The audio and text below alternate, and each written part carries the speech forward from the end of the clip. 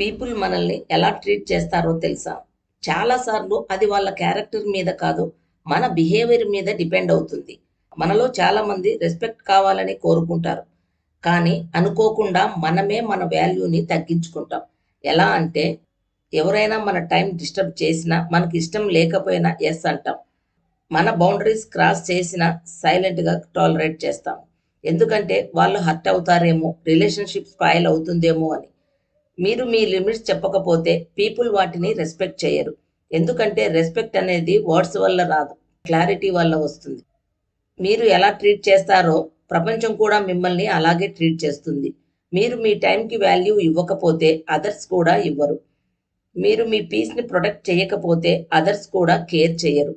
అందుకే లైఫ్‌లో ఒక ఇంపార్టెంట్ థింగ్ నేర్చుకోవాలి. బౌండరీస్.